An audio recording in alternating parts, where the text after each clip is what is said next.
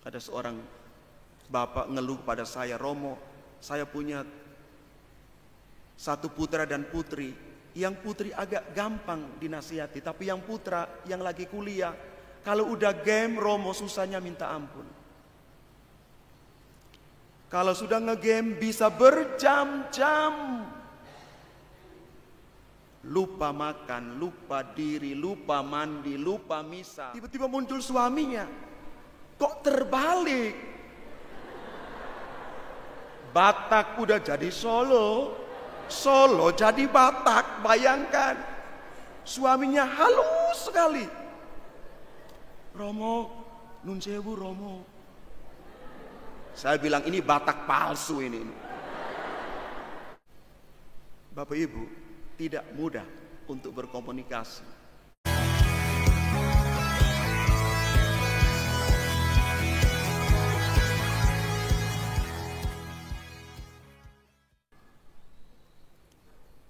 Kalau orang yang belajar komunikasi atau pernah baca tentang komunikasi, maka di sana ditemukan 4 hal yang paling pokok kalau komunikasi itu bisa berjalan dengan baik.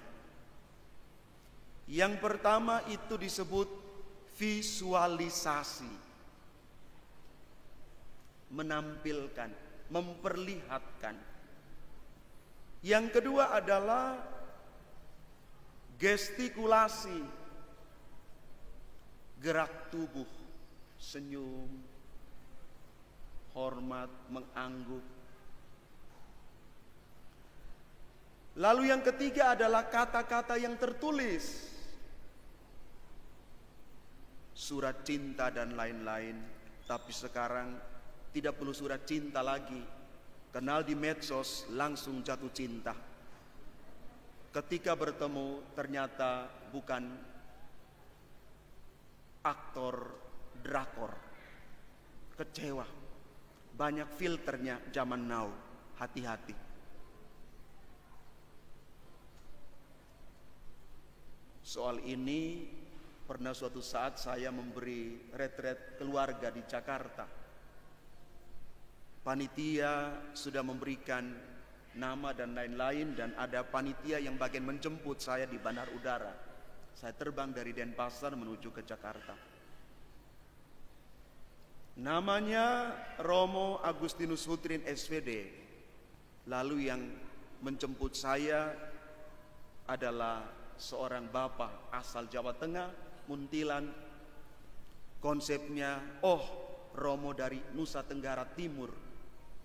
Artinya hitam, tinggi, besar, keriting. Sedih ya, sedih sekali. Mudah-mudahan sampai hari ini orang tidak berpikir yang di timur seperti itu semuanya. Kalau Anda masih berpikir di situ, Anda pikniknya hanya seputar Tropodo dan Pondok Chandra.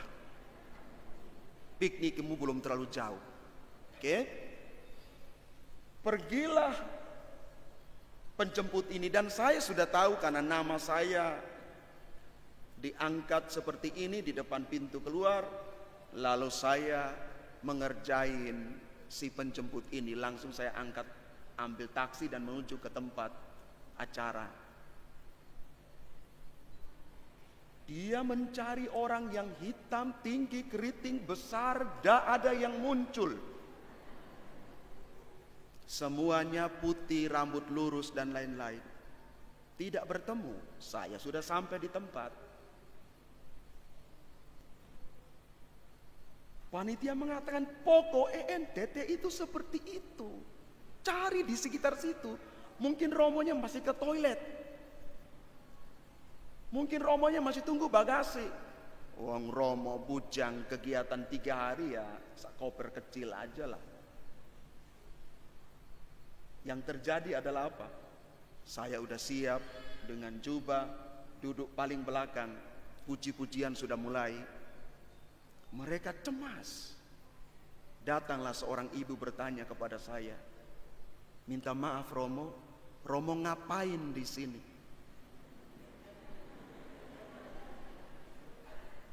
Saya melihat ibu itu dan senyum.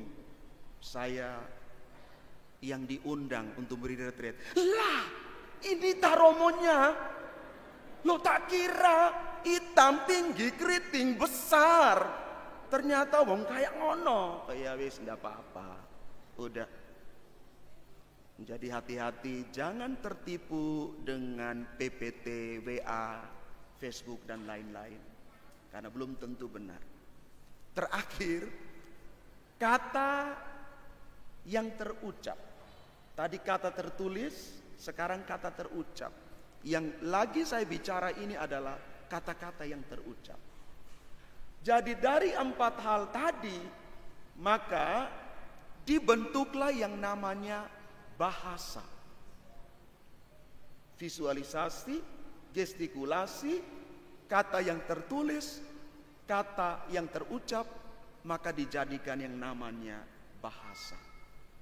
Diharapkan supaya di dalam komunikasi orang mengerti apa yang kita mau sampaikan.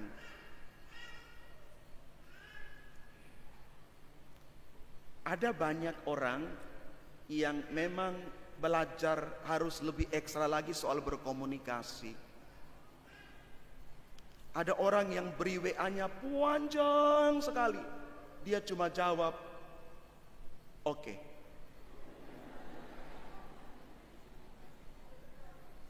Orang sebelah balas lagi panjang sekali. Dia cuma kirim,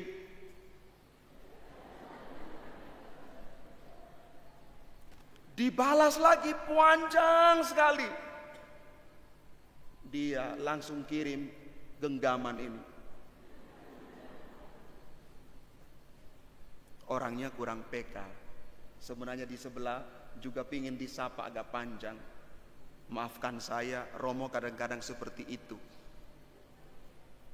Kadang-kadang kalau lagi sibuk biasanya kurang panjang. Jadi sekali lagi, komunikasi diusahakan sedemikian supaya orang mengerti.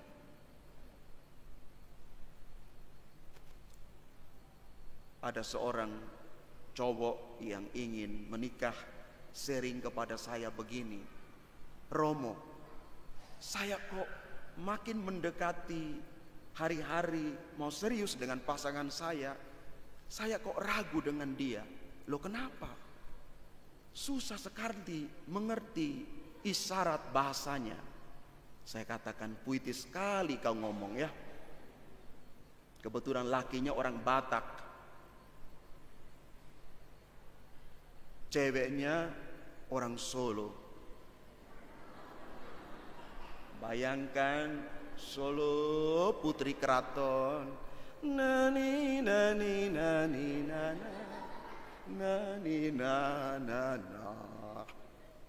Mas, ojo kesusu mas. Sementara Batak bilang begini. Apa kau bilang? Apa kau bilang? Sekali lagi ku bilang, kau dapat ini, ku bilang. Mas, ojo ke susu mas. Loh, baru di tangan kok sudah ke susu. Komunikasi tidak jalan. Saya katakan, itulah namanya jodoh. Engkau panas membara, ya, ngomong seperti bertengkar satu RT gitu. Sementara yang satunya tenang, adem. Apa yang engkau tidak mengerti dari perempuan ini? Romo susah sekali. Lapar pun dia katakan tidak lapar. Kenyang pun dia katakan tidak kenyang. Semuanya tidak. Saya katakan, kalau dia makin mengatakan tidak, itu artinya iya. Kalau dia bilang iya, berarti itu katakan enggak.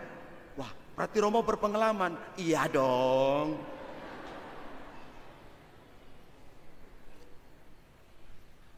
Dan sekarang mereka hidup bersama, bahagia sekali.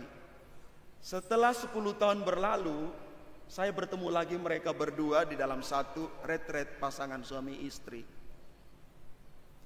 Tiba-tiba seorang ibu datang menghampiri saya. Dengan semangatnya, dengan luar biasa, suaranya kenceng sekali. Banter suaranya. Romo masih ingat saya enggak, Romo? Romo masih ingat. Saya bilang, siapa? Romo yang menikahkan kami, Romo, 10 tahun lalu. Oh Allah, yang putri Solo itu tak? Iya, Romo.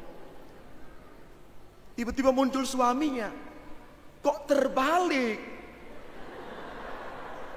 Batak udah jadi Solo, Solo jadi Batak. Bayangkan, suaminya halus sekali.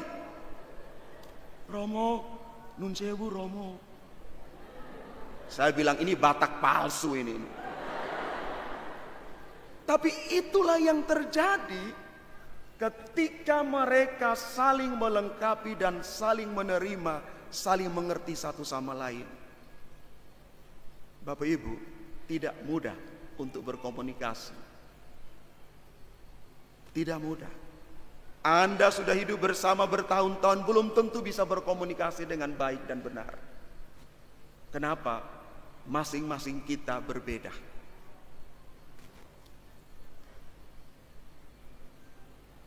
Apa pesan firman Tuhan hari ini untuk kita? Saya langsung mengambil pesan dari Bapak Paus Fransiskus dengan tema Hari Komunikasi Sedunia hari ini. Mendengarkan dengan telinga hati. Saya tambahkan versi saya, bicara dengan bahasa kasih. Ketika kita digempur dengan dunia media sosial yang luar biasa ini, kita masih bisa mendengar dengan telinga hati enggak? Anak-anak sekalian, ada seorang bapak ngeluh kepada saya, Romo, saya punya satu putra dan putri. Yang putri agak gampang dinasihati, tapi yang putra yang lagi kuliah, kalau udah game, Romo, susahnya minta ampun. Kalau sudah ngegame bisa berjam-jam. Lupa makan, lupa diri, lupa mandi, lupa misa. Mudah-mudahan tidak terjadi pada kita. Amin. Amin. Amin. Yang paling kencang itu dia lakukan. Hati-hati, hati-hati. Romo-romo juga sama saja. Di kamar makan sibuk dengan HP. Sibuk. Saya katakan dalam hati saya, Jokowi yang sibuk saja sebagai presiden, jarang dia pegang HP ya, saya perhatikan. Ini hanya rakyat biasa sibuk dengan HP. Saya berusaha selama menjadi pengajar para frater di Malang, hampir tidak pernah saya membawa HP di kamar makan, di kelas, ketika mengajar. Waktu misa pun tidak akan saya bawa HP. Kenapa? Kalau kita bicara supaya kita tertib, kita harus lebih dahulu menertibkan diri. Setuju? Ibu-ibu, percuma Anda stopkan anakmu pegang HP sementara mamanya lagi main HP. Oh, cuma main HP terus loh, nanti sakit loh. Lalu anaknya mengatakan, mama lagi ngapain?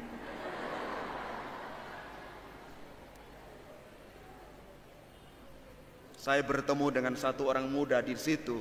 Mudah-mudahan orangnya ndak ada. Ojo tersinggung ya. Saya warawiri di situ kayak setrikaan gitu loh. Ndak ditengok sama sekali. Sibuk dengan dirinya sendiri.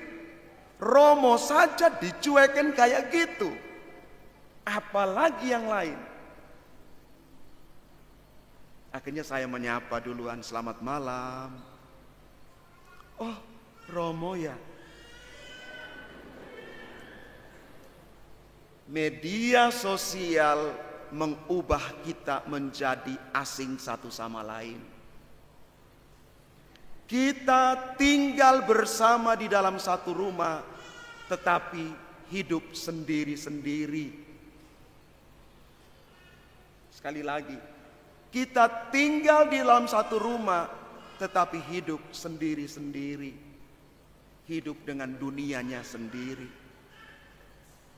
Yang dekat dia jauhkan, yang jauh dia dekatkan. Maka Bapak Ibu, hati-hati. Mari kita belajar bijaksana menggunakan media sosial yang ada. Romo tidak ingin mengatakan itu jelek, enggak. Sangat baik. Dunia sangat terbuka. Pekerjaan cepat. Akses luar biasa dengan media sosial. Tetapi bijaksanalah dalam menggunakan media sosial.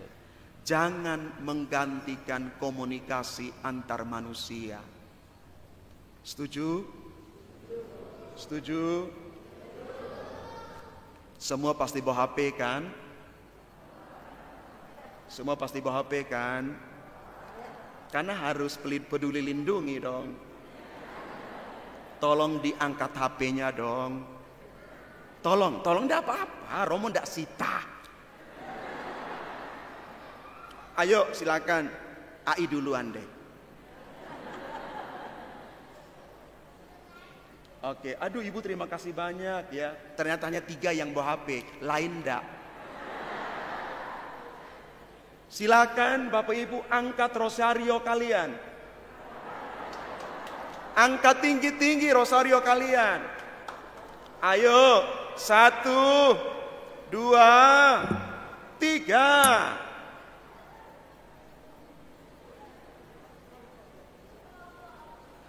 Memalukan.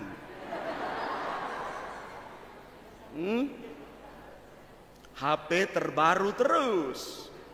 Rosario harga 10.000 ndak bisa dibeli. Katanya Katolik. Ayo, katanya Katolik. Katolik aspal, asli tapi palsu. Yo, Bapak Paus Yohanes Paulus II Santo di abad modern ini mengatakan senjata orang Katolik adalah rosario, bukan HP. Senjata orang Katolik adalah rosario. Sekarang kita sudah rubah doa kita, bukan Santo Agustinus doakanlah kami, Santo Yohanes doakan. Sudah berbeda sekarang. Santo Samsung,